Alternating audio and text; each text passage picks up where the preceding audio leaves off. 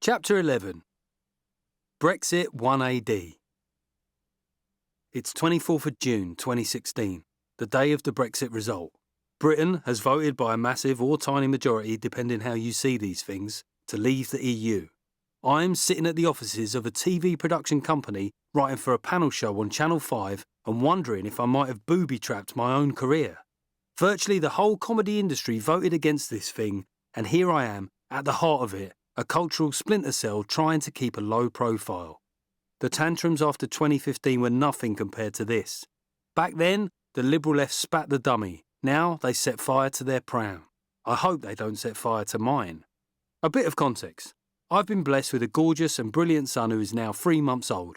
If turning 30 focused my mind, having an actual child and being the main breadwinner has made me put on a pair of blinkers and stare at a sign marked money. It's not just that he costs money. I'm acutely aware that as a boy he will one day assess me in the way only sons of fathers and daughters of mothers tend to. I need to really do something. As the referendum came into view, I went public with my intention to vote leave. If my baby boy could have spoken at the time, he might have said, do something, but maybe not that. This time, my vote was delivered in an actual polling booth. I got up early to vote before heading into London. We now live in a small town in Cambridgeshire. You might say, Cambridgeshire, in invisible quotation marks, just as people once said Wimbledon. But where I live is a fairly standard English town. Out here in the sticks, voting leave didn't seem like a particularly big deal. However, in fairness, neither does fox hunting. The day of the vote had played out like many prologues to an upsetting defeat for the Liberal left, with the cruel tonic of false hope. As the hours ticked by, a growing certainty had taken hold that Remain would win.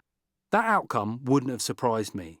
I hoped it would at least be reasonably close to give the EU cause to reflect on its dick-waving faith in its own immutability. It was natural to suspect the incumbents would swing it. Indeed, how could Leave win? Remain had the full force of the government. Remain had dropped a leaflet into every home in Britain, though one day we'd be led to believe that was nowhere near as persuasive as a Russian bot shitposting on Twitter. Remain had all the celebrities. Remain had David bloody Beckham, a man who, having shown true radical instincts with his hair, was apparently incredibly conservative when it came to continued membership of a supranational economic trading bloc. Remain had all the experts, apparently. Economists were fated as oracles, even though their recent strike rate had been nothing to be proud of. As my mate, a broker, said to me of financial institutions, most of the financial sector are like GPs. We can only diagnose things for certain once they've already happened, and even then we're not entirely sure. The FTSE had a big rally as expectations of a Remain win swept through the city. The same Tory-hating lefties who'd spent the last years pouring scorn on those motivated by money were now sharing screenshots of the pound rising against the dollar, like currency markets had suddenly become the nation's sole moral compass. The same artists who were supposed to be led by a maverick spirit were hailing the likely continuity of the neoliberal status quo. Many of the people who declared themselves socialists were loosening the champagne corks for the ongoing membership of a political body with strict rules on state aid. And here I was, a conservative, and we're supposed to sacrifice everything to the gods of economic stability, betting the family estate on the feeling that somehow Britain would be okay. Whatever the result was, one thing was clear: the Brexit vote had thrown a hand grenade into the old political certainties. The first I knew of the result was when I woke around 5 a.m. I'd been staying in a hotel as I had a busy writing job on in town. The TV had been on all night, and I became loosely aware of the moist sounds of David Cameron's dribbly voice drifting through the chintzy haze of the hotel room. His face was obscured by a sunbeam which had crept through the curtain and nudged me awake. I caught something about him thinking it would not be right for him to be the captain.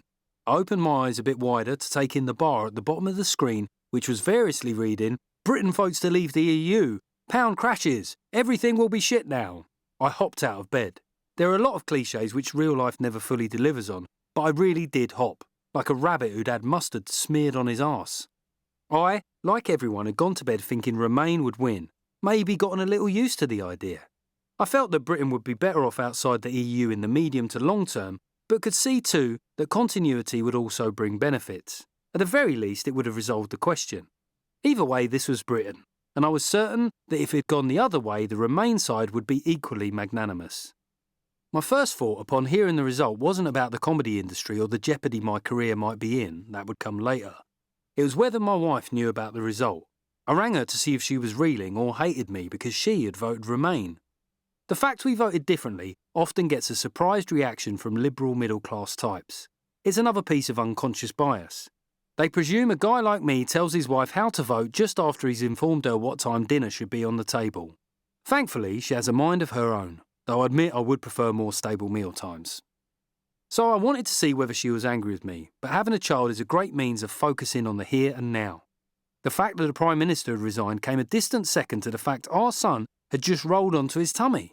Prime Ministers would come and go, but there would be only one time our boy developed this particular motor neuron skill.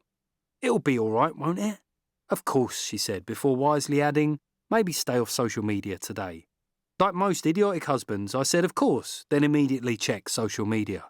It was more of a scan than an in-depth evaluation, but the initial signs weren't good. Buzzwords included racist, stupid, and you stole my child's future. Still, maybe they were just crabby because they hadn't drunk their first morning coffee. I was sure they'd chill out as the day went on. I did have a nagging concern. At this point, I wasn't aware of any other comedian who'd been quite so open about their intention to vote Leave. Having hauled myself up to a decent living through writing comedy as well as performing in the clubs, I was now wondering if I'd comprehensively shot myself in the foot. The first thing I see when I enter the office is a producer crying in the kitchen, and I don't think it's because we've run out of Nespresso pods. All around, people are standing in hushed corners discussing things in a low voice. The atmosphere is heavy, funereal even. Voting to leave the EU has created a feeling like a relative has just died. In typically middle-class style, it's a relative they didn't talk about much until the last few months. A relative they didn't give much of a shit about until they felt there was a chance they might get written out of the will. I don't know how many of my immediate colleagues are aware I'm a Leave voter. Most circuit stand-ups would be, but in this context, I'm very much a writer, a joke monkey. I've written a few articles indicating my intention to vote for Brexit, but I doubt if anyone here has read them. So I decided to keep a low profile and just crack on with my work. The show I'm writing on is a dating panel show. It feels very odd to go from epoch-shaking news of our times to writing knob gags for Eamon Holmes. However, adversity has sharpened my mind. The first joke I write is, an Egyptian guy offered me 20 camels for my wife. I said, throw in the lighter and you've got yourself a deal. I know, right? In the same way Wilfred Owen found his voice in war, I appear to be hitting new heights as Britain thrashes itself free of continental rule. Having bashed out a number of gags easily of this gold standard, I log on to Facebook. Most of my feed features fellow comics and industry professionals. I'm hoping to get a sense of the mood, maybe a more level-headed reaction since the very early morning. This is Britain, right? Magnanimous in victory, magnificent in defeat. The very first post I read is from a stand-up colleague I once spent a whole week gigging with overseas, and it reads, so that's it then. Britain is a country of 17.4 million racists. My heart races. I look at the likes for this comment. It's already in the high hundreds. Foolishly, I decide to read exactly who has liked this comment. That peculiar impulse when something hasn't gone your way to roll the dice again even though the dice are on fire. The likes turn out to be almost exclusively people I know and have worked with. They've concurred with a sentiment which implicitly defines me as a racist. This can't be good for business, not in the comedy game. I wouldn't normally accord social media so much gravitas, but this is comedy. Facebook and Twitter represent our water cooler. I think about my son. It'll be odd explaining to him one day that I lost my job for voting in line with just over half the country. It might seem paranoid, but the moment racism becomes synonymous with a political decision, you're in trouble. You'd be more likely to keep a job in TV if you drunk-driven and actually risked human life than if you used a racist term. Personally, I would think it would be great if human beings did neither. But if Ant McPartlin had mown down a person of colour when he was driving over the limit, the first thing ITV bosses would have asked is, what did he say as he was doing it? For a long time, political correctness gone mad has been mocked as a phrase, repeated ironically as a stick to beat the populists and reactionaries. It was true that there were absurd mythical stories of people banning Christmas or prohibiting anyone saying bar bar black sheep, but as the 2010s wore on, there were more and more examples of political correctness morphing into something much more unhinged. In Rochdale, the amount of time it took for authorities to believe victims of Asian grooming gangs suggested a hesitancy to get to grips with a potentially explosive issue. In 2004, Colin Cramphorn, the then Chief Constable of West Yorkshire Police, demanded Channel 4 withdraw a documentary on the issue because it could trigger violence in a racially tense area. Journalist Julie Bindell was the first to report nationally on this issue and was, in her words, placed on Islamophobia watch. The general reluctance of left-wing media to talk about this difficult issue created space for the far right to take full ownership. Political correctness couldn't just go mad, sometimes it could go certifiably insane. So I had my reasons to be worried. It had become commonplace to make an inextricable link between a Leave vote and racism. Billy Bragg spoke with some nuance but a certainty that jarred with me. Not every Leave voter is a racist, but every racist will vote Leave. Fair enough, but I'd argue there must have been at least one racist Remainer, perhaps someone who hated people from other countries but also owned properties in France. I did have a view on immigration and, several years later, it's still not one I've heard articulated much. I accept all the arguments about the positive things immigration has done for Britain, but I also find the freedom of movement idea a bit absolutist. The idea that any citizen of an EU country should be able to live and work without limit in fellow member states. The idea was nice, but unlimited in perpetuity seemed extreme to me. Even all-you-can-eat data has fair play limits. I didn't understand why nations shouldn't have a mechanism to adjust targets while they trained enough doctors, nurses and police to keep up with the rate of new arrivals. The problem with medics and law enforcement is they take a while to get up to speed. No one wants a crash course for doctors. The truth is, my experience of immigration had been a positive one. When I was growing up in South London, it was around the time of a period of high influx from Asia, Africa and the Caribbean. Unlike many middle-class people throwing the term racist around, I actually had friends in those communities. Not just friends even. The Asian family who lived upstairs at our first family home in Wimbledon became a surrogate family to me. They still are. It's always tricky to try and establish your non-racist credentials by pointing out the people close to you who aren't the same colour as you. The liberal left have come up with the derided booby-trap cliché, some of my best friends are black. Being friends with a black person doesn't entirely exonerate you of racism, but it's a decent start. I'd be more worried by someone who mocked that phrase but had a whiter friendship group than Hitler. The working classes have historically been on the front line of racial integration.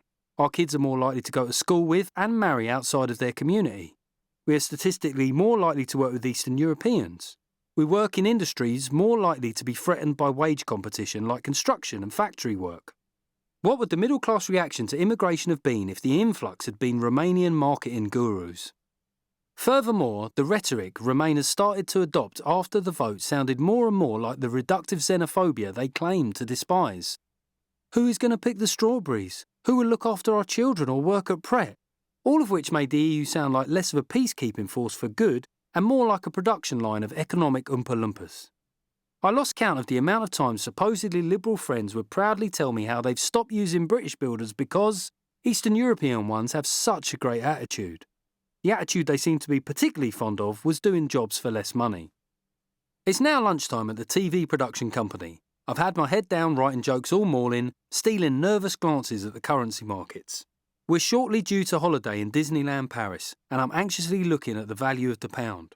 My wife is one of those naturally smart people. A week before the vote, she said to me, "Don't forget to get euros, Geoff. If the vote goes Leave, we'll get stung." The rest of the afternoon is pleasantly soporific. Whereas the morning saw adrenaline coursing through people's bodies and everyone you spoke to had their eyes out on stalks, the rest of the day is the exact opposite. It's amazing how much lunch can take the wind out of people's morning anger. On a primitive level, your most basic human fear for the day has been assuaged. Yes, we might crash the economy and housing market, but equally, I have a cheese sandwich in front of me, so I won't die of starvation. A win's a win. Even some of the more uptight people are now engaging in various shades of gallows humour. One of the assistant producers who'd been giving me evils in the morning notices my sandwiches come from Pret and says, "Enjoy it, Geoff, you'll be making your own soon." I almost bite, but realise this is serious progress from earlier when she was looking at me like I was the bastard son of Farage. I suppressed the desire to point out that immigration was never going to completely stop because of Brexit. Instead, I waved the sandwich back at her. I wonder if she notices that it's plain cheese and if that confirms her opinion of me as one of the Little Englanders. The kind of guy who pulls up his socks with the same force he pulls up the ladder on economic migrants. These new layers to social awkwardness are only just beginning, and I suspect they'll be with us for some time to come. As I leave the offices in Docklands, there seems to be a lot of people getting drunk in the sterile, soulless bars lining the route back to Canary Wharf. Fair enough, it's been a confusing day, and getting shit-faced is a sensibly British method of postponement. I look at a couple of the suits standing in the smoking area outside one bar. I can't tell if they're hammered already or just punch drunk from a bewildering day. It's a hazy sort of summer evening too, which only adds to the general sense of discombobulation. I reflect on something a cultural pundit said on Sky News as I was having my lunch. He said that this was an attempt by people to stop the march of globalisation, to take the batteries out of the globalist clock. He also went on to some cliched bollocks about Little Englanders, but I wonder if his first point might have been valid, especially about me. I can't speak for all Leave voters, but did part of my vote come from a desire to hit that pause button? As I'd lost so many people and the world carried on heedlessly, maybe a part of me saw Brexit as a chance to slow that forward process. It wasn't on my mind when I voted, but it might have been under it. Geoff! Geoff! Someone appears to be calling my name. Given the atmosphere of reproach and recrimination, I shrug it off as the echoes of my own paranoia. It persists, and I notice one of the heads of the production company is beckoning me into the bar to join her team for a drink. It's been a long day. I'm on the winning side, but success feels exhausting, so I accept the invite. The bar is heavy with motor-mouth chat and nervous laughter. The production head is holding court with a pleasant crew of TV minions.